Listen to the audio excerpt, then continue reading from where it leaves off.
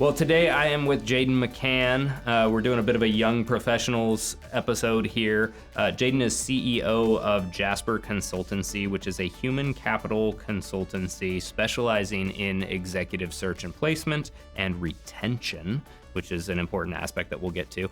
But Jaidin, would you tell everybody what the heck human capital is, right? It's not a term that gets kicked around a lot. If you're in the industry, you know, but if you're not in the industry, maybe you're a business owner out there who's never heard the term, how would you define it? Yeah, thanks for having me. Happy to be here.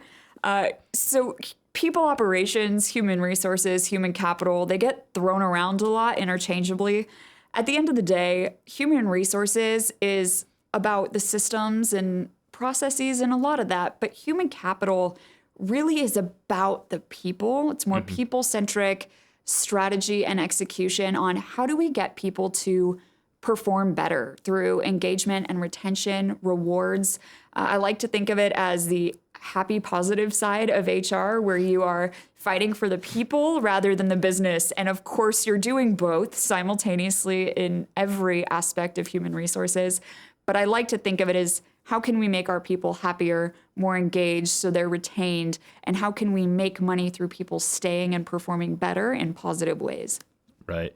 That's huge too, because you're right. I was chuckling a little bit because you said the happy, positive side of human resources. And I'm like, most people don't have a great view of human resources, right? I mean, that's where you go when you've got a complaint, right? I went into staffing. I started my career in human resources and transitioned into staffing because I was like, oh, so much less paperwork. You're helping people find jobs. It's the happy part of it. And I love people. That's the business that I'm in, is relationships and people and performance, of course. But at the end of the day, I want to focus on stuff that makes people excited to wake up and come to work every day. Yeah. No more Sundays where you're like, oh, I have work tomorrow. But instead, you wake up and you're like, yes, I get to work and do what I love. And I think human capital builds out the culture to be able to have a company that is excited for that. And executive search allows to bring people in that are going to be excited about their new role. At the end of the day, I just want everyone to really love what they do and where they work. What caused you to pursue being an entrepreneur, and especially being an entrepreneur in this space? Yeah. Well, honestly, I had a really great opportunity right outside of college for Hotel Windrow here in Ellensburg, Washington, to be their first employee hired and build out their HR operations and staff their entire hotel from scratch. And so I really fell in love with staffing and recruiting, but then also building teams and companies from the ground up. Since then, I've had the opportunity to build 4 companies and help, well, not personally build them, I should say, but help found these companies and love it. So I thought, I've helped so many people start their companies from the ground up. I might as well try it for myself. All right. Well, okay. So talk to me about the number one problem. So we've already established what you do, right? Executive recruitment. What's the number one problem that you find your clients facing? Honestly, I mean, executive search is our number one problem we find our clients facing, which is why we've chosen to specialize in it. I think it's over 94% of Fortune 500 CEOs find that hiring and retaining top executive talent is one of their top issues they're going to face in the next 5 years. So, I mean, that's why we really choose to stay in that area. So let's dive a little bit deeper on that one and talk to me about some of the roadblocks that come with executive recruitment and why it's such a big deal. I mean, there's a cost involved. Yeah, absolutely. I mean, leaders, you place an executive leader and they can lead your team to greatness and overall organizational success, or they can cause a lot of turnover from your top performers and really affect your company in a negative way. So your leaders and who you choose to help build and grow your company is massively important. And I don't think you really get a redo there. People, they do leave and you can't necessarily hire them back. It's massively important that your leaders are strong and then they can get your organization from point A to point B seamlessly. So when thinking of your clients that you've helped in the past, where have they looked before to try to solve this problem? I mean, are they just doing it themselves and going through the hiring process, or are they using other firms, or, like, are they finding executives on Indeed? Can you do an executive search on Indeed? I don't even know. But like, where do they look before they come to you? Yeah, they tend to look about 3 other places I would see if I had to analyze, my main competitors, I guess, in the space. One being their contingent search firms who are placing their, individual contributor software engineers, their back office, G&A, HR roles, things like that.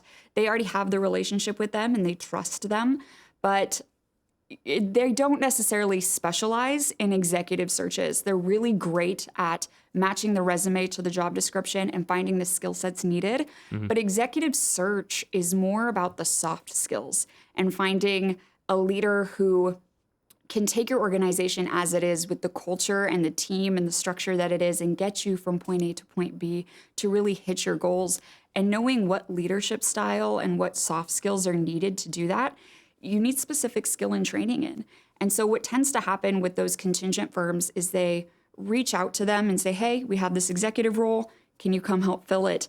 And of course they would love to, and they try, but it tends to take a really long time. They can sometimes luck out on the soft skills, but at the end of the day, I like to say, would you hire a nurse to give you surgery?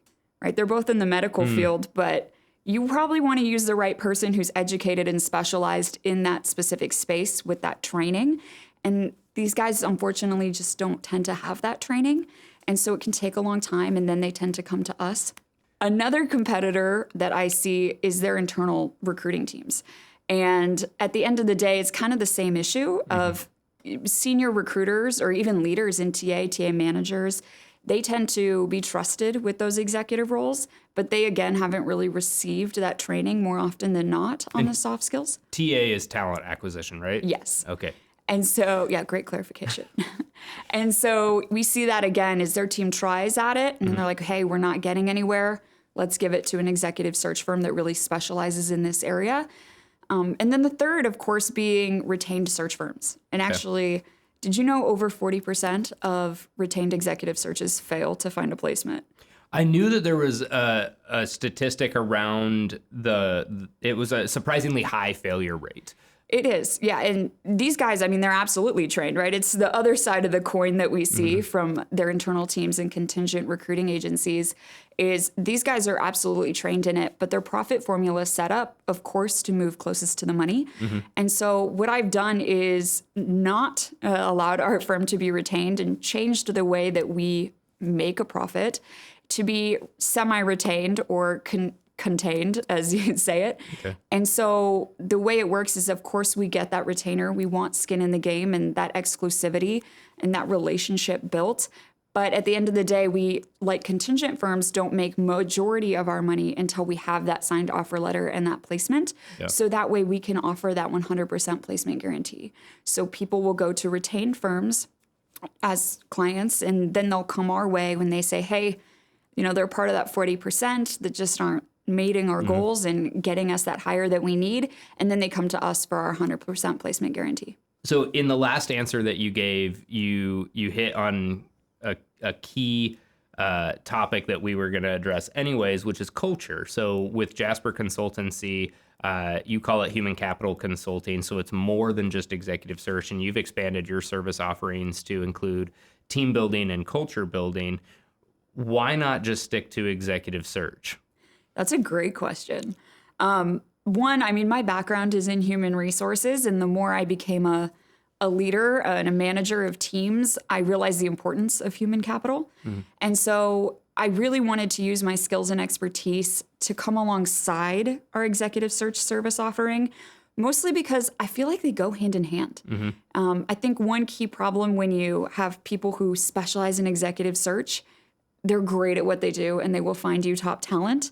But referencing back to that original statistic of top Fortune 500 CEOs saying that 94 of them, their main concern is finding and retaining top executives. And I feel like the retaining part comes into play through human capital consulting. Let's make sure, your organization is structured well, you have the reward system in place to retain them and everything that goes with that to keep them there long term.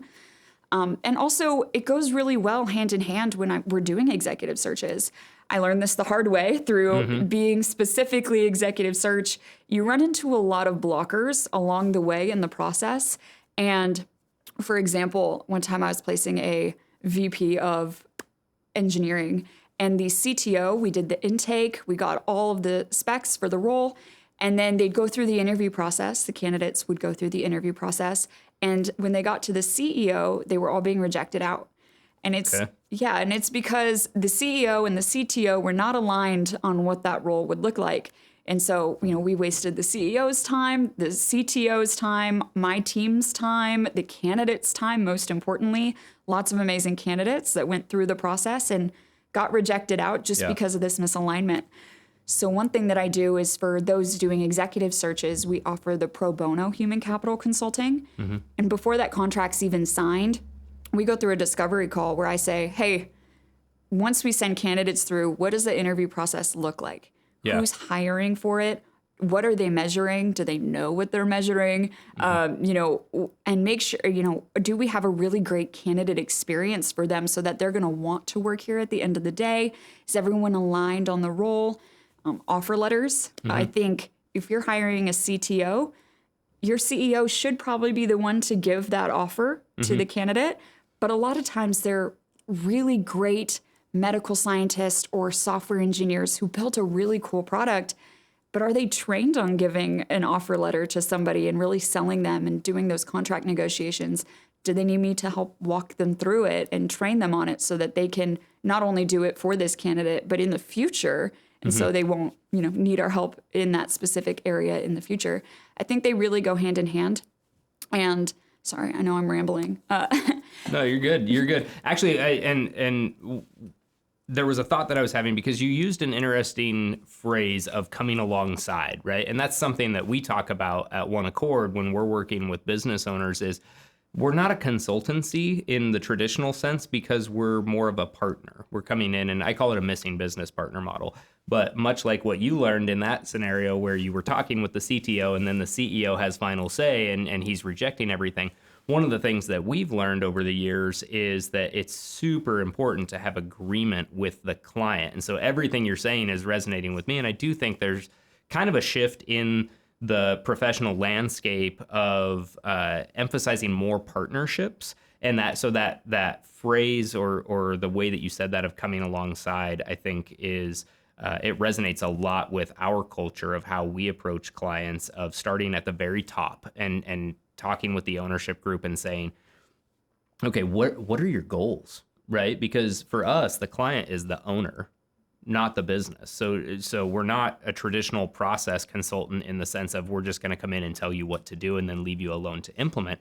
We're starting with the ownership group and interviewing them and saying, what are your goals? If it's, and it tends to be late stage business owners and they're starting to eyeball transition and maybe they want to move to a different state because their kids are grown and settled and they've got grandkids now and they want to go there, but they're looking at their business in terms of like, this is my largest asset. Right. And so reaching that agreement first of like, where are we going? What's the moon landing? And now let's reverse engineer it to say these are all the boxes that we need to check. Here's how we're going to prioritize and execute. And it sounds like you're doing much the same thing in your process where you're starting with that pro bono, assessment really, and figuring out, okay, who are the key players that need to be involved? Who's going to be making the decision? How are we going to approach the candidates? Who's going to give the candidate the offer letter? Is that person comfortable giving them the offer letter? And you're reverse engineering everything from the ideal outcome. Yeah, absolutely. I mean, I'm in business of building long-term relationships and partnerships. And the last thing I want to see is us hit those roadblocks later on because we didn't do all the prep work and ask those right questions up front. And I think if you're in executive search, maybe you've learned it by now, maybe you haven't, but that human capital consulting piece and being able to step in and say, hey, before we go into this executive search, let's knock all these out of the way. Let me help you structure this and build this the right way so that we can be optimized for success later down the road. That's why I choose to, extend the offering so they can go hand in hand and work together in harmony. Okay, Jaidin, there's a term that I've heard you use called internal equity. What is internal equity and why does it matter? Yeah. Well, I mean, for countless DEI reasons of equal pay across the board, gender, race, whatever it may be, internal equity is everyone getting paid fairly within the same compensation range. And so if someone's looking for a 20% promotion, pay increase and saying, hey, I deserve this, I work really hard, they may absolutely deserve that pay increase, but can we give it? Because if it puts you out of that bracket of no one else who's also probably working really hard is getting paid that much money, the internal equity is all off. And so it's something that makes you the bad guy because it does suck. If you're working really hard, you may be able to get a promotion or a smaller pay increase, but there's two sides of the coin, right? People see all the information all over LinkedIn that it's cheaper to promote somebody or to give them a pay raise than it is to hire and train and onboard all these new employees. And that is true. It's totally true. And if you can do it, do it. But at the end of the day, something people don't see on the back end is you got to make sure as a leader that there's internal equity throughout the company so that it's fair for everyone. So putting me in the seat of the business owner. So I own a business and you come to me and you say, I want a raise. I know it's going to be more expensive for me to go out and hire somebody else if I don't give you that raise and you walk. But giving you that raise is going to bump me out of that. You're no longer going to have equitable pay with the others that are doing similar jobs for similar pay and should also get raises. How do you handle that when somebody calls you and says, this is my situation that I'm facing? Oh, that's a great question. I have them run numbers, or I can run the numbers if they want to send them all over. But there's probably way more qualified people that could do it faster than I could. Sure. But say, hey, if you gave everyone this % increase, is that cheaper than potentially having to backfill this employee? And if it is, oh my gosh, do it. Why would you not pay your people more money? They want it and they deserve it and you can. But if it isn't, they may have to walk, and that's what sucks. Is I love people so much. I want them to love what they do and be paid all the money that they can get. all the money they can get. But there's some times where you're still running a business at the end of the day, and you may have to let them walk because it might actually be cheaper to train and hire a new employee at that same or lower comp level than giving everyone else a pay bump for internal equity purposes. Otherwise, you're open to liability of a lot of gender discrimination, racial discrimination, whatever it may be, lawsuits of the pay gap now. Yeah. So just practicing my active listening, right? Something I'm working on, folks. What I hear in that is that it's not just assessing, is it cheaper for me to give this individual a pay raise versus hiring and training a new person, but that they also have to assess, is it cheaper for me to give everybody a pay raise versus replacing that one person? Yeah, and it depends on the raise, right? If they're still within that band, I mean, you could go to the max of that pay band and give them the raise within there. Absolutely do it. At least from my point of view, I would absolutely do it. But if they're going to be outside that pay band, I think that's where you need to have that transparent conversation with them. And transparency is huge. And I think if I came to you as your manager and said, hey, I would love to do this, but I honestly can't because it puts you outside of that pay band. And then I'd have to give everyone else these raises. And you explain it to them. Once they understand that business side, I think they just don't know about that business side, right? They're not in that management position to know.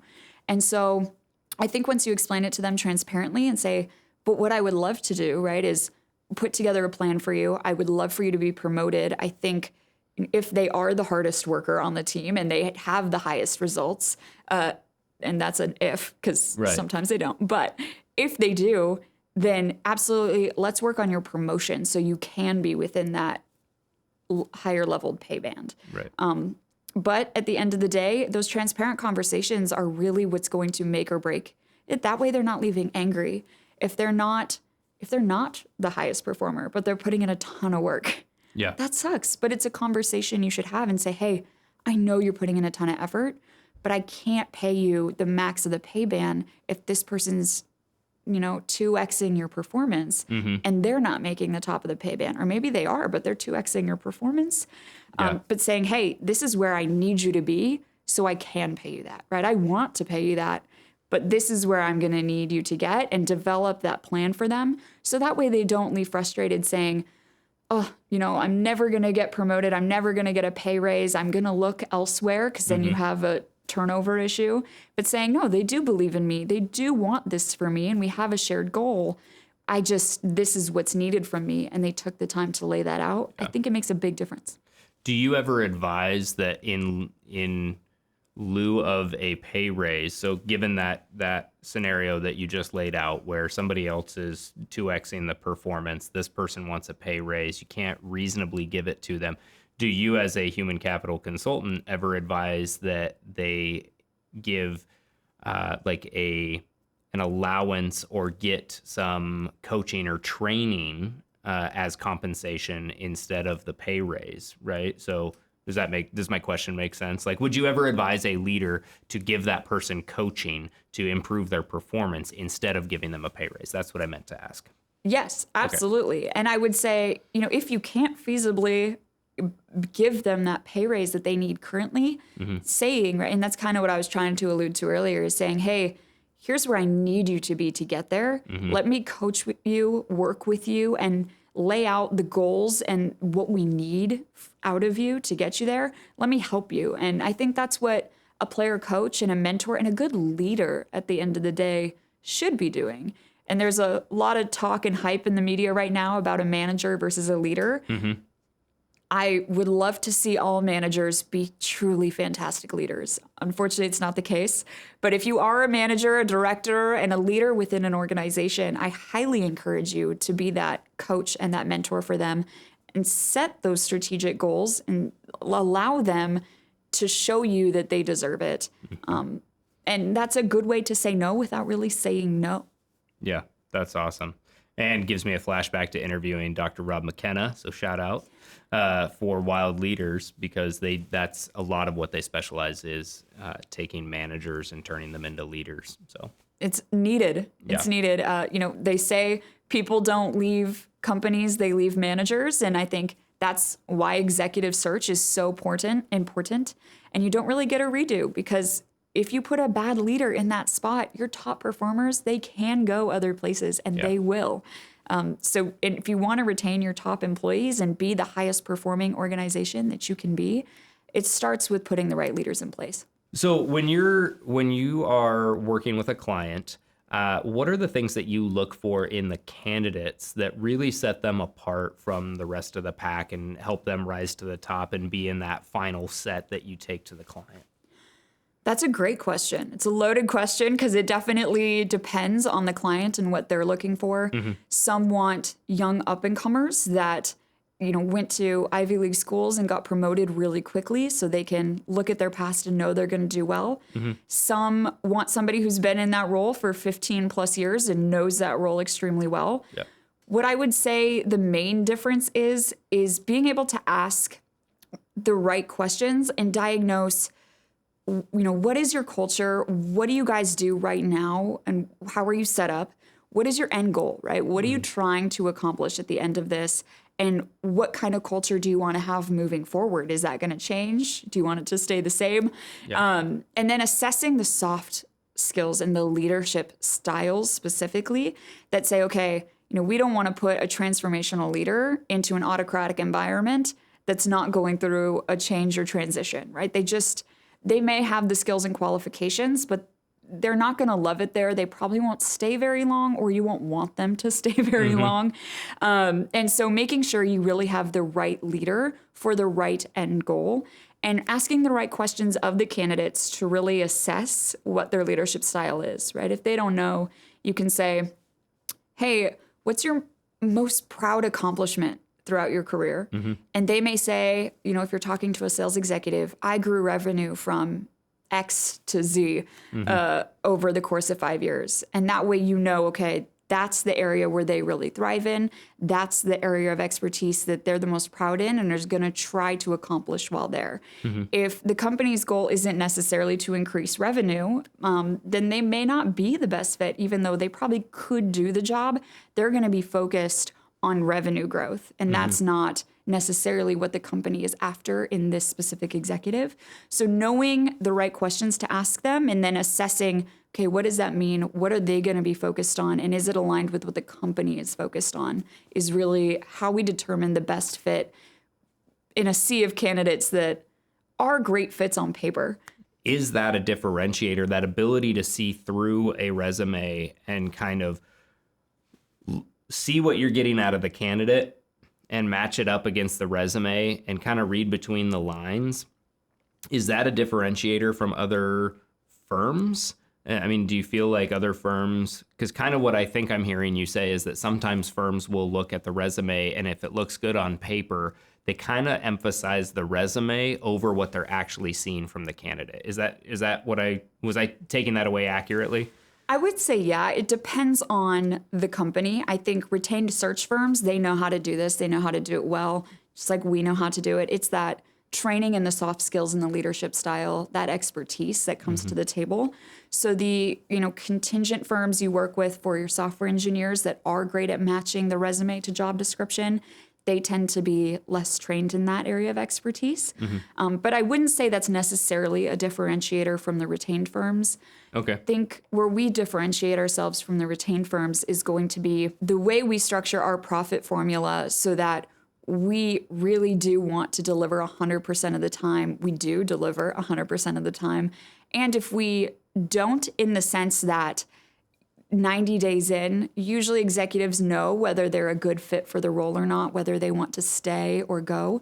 Yeah. So if there is voluntary turnover or they're not meeting their goals, anything that realistically isn't a, hey, we're laying people off, this person's going along with it, we will backfill them for free. So we can have that long-term partnership and know that we're here for you in the long term.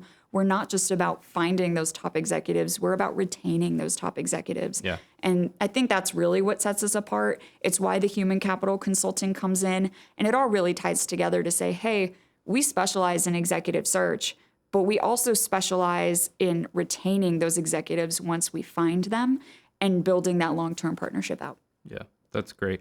I do have a question about, earlier you mentioned talking with leadership and understanding what it is that they're emphasizing. Do they want kind of a young and up-and-comer that's coming out of an Ivy League school and getting promoted quickly and is kind of a rising star? Or do they want kind of a seasoned veteran who has a lot of experience in the role and the industry? Are there times that your assessment of a company's culture and what the leadership tells you they're looking for do not match? Yes. Okay, what do you do with that?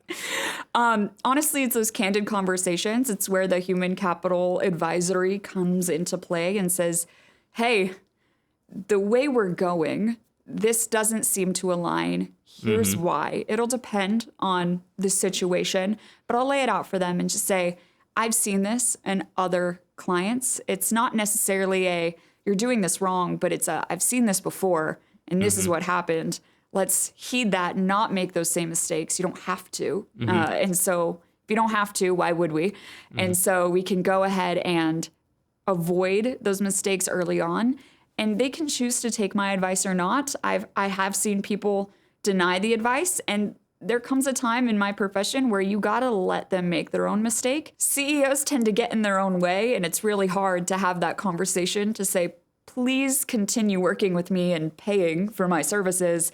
But also, you're in your own way. Let's move that barrier. And it's a hard conversation to have, but it happens more commonly than you think. So navigating that is definitely the hard part. Yeah. And I think, too, there's this kind of an added pressure as a young professional and a young CEO that, you're having a CEO to CEO conversation, but not necessarily in their eyes. Yeah, no, absolutely. It's definitely hard for me to be so young and say, hey, I may not have the 10, 15 years of experience, but how many people with my years of experience do you know that has helped found or has founded 5 different companies. I've been through the growing pains. I've experienced it. And I would love for you to learn from other people's mistakes and avoid all the roadblocks that you can. Yeah. And so, yeah, it's definitely something of proving myself. But I think I do that early on. And that's one of the benefits of the discovery call that I think really is eye-opening for executives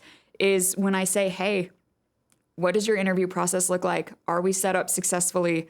Who's interviewing for it? Are they trained on it? And asking those questions, a lot of times the answer is no. And I say, hey, let's not move forward until we're set up for success and structured well to be able to do this later on well. And I think that earns a lot of value in their eyes to say, oh, she knows what she's talking about. She knows what's coming down the road. She's knocking them out now. Not many companies do that. Yeah. And they suffer the pains and have to find candidates and build that talent pool all over again as things start to change. And so I think I build value there, and I do it before they sign their contract. And I think it's really good to know, okay, I'm not asking for your retainer fee first. I really do care, and I'm invested in the future of your company and your organizational success. Right. And I do that through elevating the power of their people, but we got to make sure those structures and everything are in place first to be able to do so well. Right. Are you sensing a shift in kind of the way that the outgoing generation, we'll say it that way, right? You can call it the Silver Tsunami, or it's, the baby boomer exodus. Are you sensing a shift where they are more ready to listen and accept some of the ideas that are coming out of millennial and younger generations, right now, or is there still a lot of resistance? Yeah, I think really being open to change in different perspectives is something that the outgoing generation, so to speak, has a little more trouble with. But at the end of the day, they've also lived this whole life and have had way more experience than probably any of us have yet. Yeah. So they may be entitled to it and think that they know best, and they might. But also, I think you don't go out seeking other people's help if you feel you know best in that space. And those who really can trust that, hey, I'm a subject matter expert in my company and what I do, but I'm not a subject matter expert at hiring top talent executives or human capital and making sure my people are the happiest and most engaged and retained they could be. That's when being open to new ideas and growth and expanding your mindset there is really beneficial. Yeah. Yeah. I was at an event, and what you were saying made me think of this. So I was at this event, and the speaker asked for a show of hands, and there was an exchange where the younger generation said that they felt that the older generation didn't value their ideas and their creativity and the changes that they want to make. So basically, I guess, innovation, right? And the older generation said that they would engage with the younger generation more, but they felt like the younger generation did not want the experience and wisdom that was coming from them. And I thought that was so fascinating and eye-opening that there's this definite need for closing that generational gap or building a bridge between it, where the younger generation can source the wisdom and the earned experience of the older generation, but that the older generation could also be open to some of the ideas and innovation that's coming out of the younger generation. And I don't know how you make that happen on kind of a global societal cultural landscape, but it was a really fascinating experience to hear those two sides from the two groups in the room and realize that there was a gap there. And I do think that there is a shift happening where kind of that Silver Tsunami is becoming more open to the ideas and the innovation coming out of the younger incoming generation that is, they've got a little bit of experience, behind them. They're out of college for a few years. They've worked in a professional setting. They've begun to develop some skills, and they have some really great ideas. And I think that Silver Tsunami that's starting to eyeball, okay, what am I doing in the last third of my life? They are becoming more open to that innovation that's coming from the younger generation. Yeah. I would say, honestly, at the end of the day, it's probably humility on both sides, right? I think younger generations have an entitlement. It's stereotypical, but I think it's true. We tend to have an entitlement of, we know better. We want to change. We want innovation. But we don't have the life experience necessarily to know exactly what it is. We don't know the business well enough. We need that knowledge from the older generation who built those businesses, who have been through the trial and error. And if we're humble and accept their knowledge and say, hey, I want to learn from you because you already made all these mistakes and I don't want to have to make them if I don't have to. But on the flip side of that same coin, the humility in the older generation to say, hey, yeah, I've done all this. I've made the mistakes, but I still could learn more from the younger generation and optimize for innovation. I think at the end of the day, it's how open-minded are we and how humble can we be? Because we both tend to be pretty stubborn in our own areas. Yeah, that makes a lot of sense. So with all of that said, describe your ideal customer profile. Like who are you working with in a perfect world? Yeah, it's a loaded question. Yeah, definitely. We tend to work with Series A aspiring startups all the way to enterprise organizations, typically within the technology industry. Okay. I like to say if it ends in tech, we do it. There's fintech, martech, health tech, but there's also, high tech, right? The semiconductors, we do AI, SaaS, but also, within health tech, there's biotechnology, there's medical devices in the technology sector. We touch anything tech, but we really are looking for companies that are growing or going through transitions because that tends to be the time where you need the right leaders in place. And you're either growing out, so you need new leaders, like aspiring startups, right? We partner a lot with VC and PE firms because they have a really great software engineer who built this awesome product, but they don't know how to sell it or scale and grow their team, run the back office financials. So we really want to work with them to round out those leadership gaps and allow them to grow and scale their organization successfully. Right. So anywhere within that space. Okay. So I got to ask, why tech? Honestly, that's just what my background has been in. When I got into IT staffing and recruiting, I specialize in technology. I speak the language really well. And as I've grown in my career, technology's been the sector that I've grown in. If I'm going to claim to be a subject matter expert in something, I want to actually be a subject matter expert in it. Right. And so since technology is where I spent my career, that's where I can offer the most value. Granted, if a manufacturing company came to me, I'd be happy to take a look, but I may not be the best person to serve them since I don't know how the industry works and my book of business just isn't in that space. Right. So we tend to stay where we know best.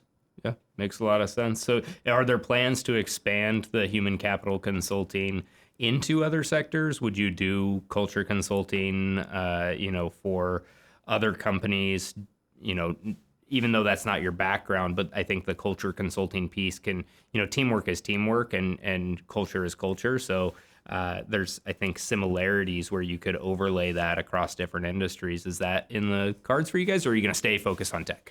Absolutely it is. Now, I will take on clients from any background in industry, I should say, for the human capital consulting piece. Okay. You're right. Culture is culture. Team building is team building.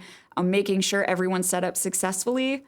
I mean, it shifts depending on industry and end goals and what they're trying to accomplish, but I will take that on across industry. The executive search portion is really where we stay in tech, and since they tend to go simultaneously hand in hand, that's the target client we tend to invest our sales team's time and effort into. Yeah. But if someone came to me and was like, hey, we really need your help on the human capital consulting side, I'd be happy to work with them. Okay, so Jaidin, thanks for covering everything. Thanks for being here. How do people reach you if they're interested in your brand of human capital consulting? Where can they find you? How do they get in touch? Yeah, if you're looking for an executive or looking to build and grow your teams and want to structure them the right way, help retain your employees as well as find them, you can log on to our website, jasperconsultancy.com, and fill out the contact form. We also have a little bubble. It's a text that does go straight to our client acquisition team, and they will be happy to text you back and get to know you there. You can also find me at Jaidin, Jaidin, at jasperconsultancy.com. Send an email my way or to any of our client acquisition members.